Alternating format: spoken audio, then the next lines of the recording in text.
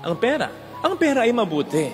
Yan ay biyaya, lalong-lalo na sa mabuting paraan nakakamtan. At alam natin, kapag tayo may pera, mas nakagagawa tayo ng kabutihan. In fact, naranasan natin yung gusto pa nating tumulong.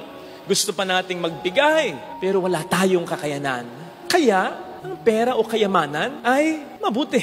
Kaya lang, ang pera ay pwede rin namang maging kasangkapan ng demonyo para pasamain ang tao.